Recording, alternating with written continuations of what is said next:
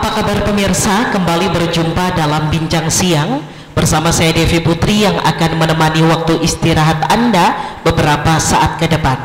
Acara ini dipersembahkan oleh BKKBN dan DPR RI dalam promosi KIE Program Bangga Kencana dan Percepatan Penurunan Stunting bersama mitra kerja Wakil Ketua Komisi 9 DPR RI. Pada kesempatan yang luar biasa ini kita berjumpa di Aula Majelis Wakil Cabang Nahdlatul Ulama Kapongan Kabupaten Situbondo pada hari Kamis 20 Oktober 2022. Pemirsa, perlu kita ketahui bersama bahwa salah satu fokus pemerintah saat ini adalah pencegahan stunting.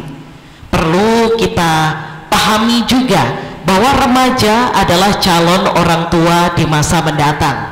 Mereka memiliki peran besar demi mewujudkan generasi yang berkualitas di masa mendatang.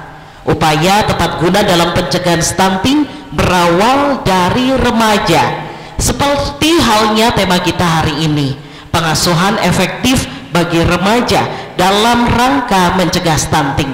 Kita hadirkan ketiga narasumber kita yang luar biasa. Dengan narasumber kita yang pertama, beliau adalah wakil rakyat, sosok inspiratif yang sangat peduli terhadap penurunan stunting. Kita sapa dengan bangga Wakil Ketua Komisi 9 DPR RI, Ibu Dr. Hajah Nihayatul Wafiroh MA. Dan kita sapa narasumber kita yang kedua, beliau selaku Sekretaris Badan Perwakilan BKKBN Provinsi Jawa Timur, Ibu Nyigit Wudi Amini Esos MSc. Narasumber kita yang ketiga, Kepala Dinas DP3 AP2KB Kabupaten Situbondo, Bapak Dr. Andes M. Imam Darmaji MSI. Kembali terhadap pengasuhan efektif bagi remaja dalam rangka mencegah terjadinya stunting. Remaja merupakan generasi penerus bangsa yang menentukan masa depan. Permasalahan remaja begitu kompleks saat ini. Bagaimana pendapat dari Wakil Ketua Komisi 9 DPR RI bisa disampaikan? Terima kasih Mbak Devi. Saat ini jumlah milenia itu 52% dari seluruh penduduk Indonesia. Kita akan mendapatkan bonus demografi dalam artian orang yang umurnya 16 tahun sampai umur 60 tahun jumlahnya lebih banyak daripada umur yang 60 tahun ke atas. Ini menunjukkan orang yang usianya muda jauh lebih banyak. Nah, ini menjadi tantangan yang luar biasa bagi kita, apalagi dengan kondisi gadget yang luar biasa, informasi yang sudah tidak bisa kita tahan. Nah, oleh sebab itu bagaimana kita bisa memberikan informasi yang dibutuhkan oleh remaja kita, lalu juga bagaimana kita bisa menyampaikan kebutuhan-kebutuhan yang diinginkan remaja kita sesuai dengan standar mereka.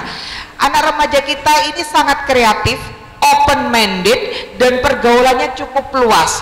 Nah, ini seringkali kita yang tua ini sangat kesulitan untuk bisa mengikuti standar mereka. Contoh, kalau ibu-ibu seusia saya mendapatkan informasi, kemungkinan paling banter hanya dari grup WA, grup WA RT, grup WA dari arisan, grup WA Fatayat, Muslimat, contoh seperti itu. Tapi kalau anak-anak kita ini browsingnya luar biasa, mereka bisa mendapatkan informasi dari banyak pihak. Oleh sebab itu kita sebagai orang tua juga harus mulai membuka diri, open-minded dengan segala kebutuhan anak-anak kita. Bagaimana yang selama ini dianggap tabu pun juga harus kita buka. Contoh Mbak Devi, kesehatan reproduksi ini menjadi kunci, salah satu kunci untuk mengurangi stunting. Kesehatan reproduksi ini seperti apa? Bagaimana anak-anak itu tahu dengan kebutuhan reproduksi mereka? Bagaimana anak-anak tahu sebelum nanti mereka menikah di usia di atas 21 tahun, mereka itu tahu bahwa tubuh mereka ini harus dalam kondisi sehat, terutama perempuan tidak boleh kekurangan darah. Nah, ini harus kita berikan dengan cara yang mudah ditangkap, dengan cara yang gampang diakses oleh mereka. Baik, kalau untuk hak-hak para remaja, regulasi apa saja yang telah diterbitkan oleh legislatif, Ibu? Jadi banyak hal yang sebenarnya yang terkait dengan remaja ya Mbak, regulasinya mulai soal data diri, bagaimana soal sumber daya manusia, bagaimana soal undang-undang pemuda dan sebagainya. Banyak sekali regulasi-regulasi yang ada, dan ini yang sebenarnya bisa kita manfaatkan untuk melakukan itu.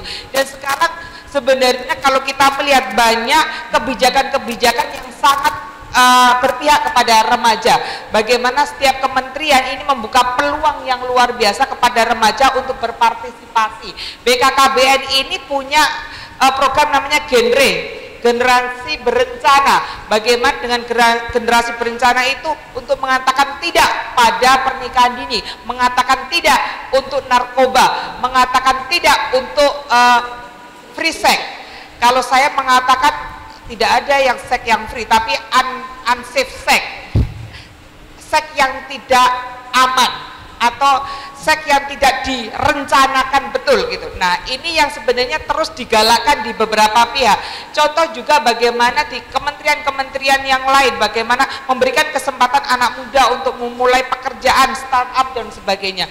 Nah, ini bagaimana kita orang tua mewadai kreativitas anak-anak muda. Dan kalau kita melihat ke belakang 2 tahun ke belakang masa pandemi, yang paling bisa survive itu adalah anak muda. Baik, betul sekali Ibu. Kita juga ingin tahu seperti apa pengasuhan bagi remaja. Akan kita bahas usai jeda pariwara berikut. Tetaplah bersama kami.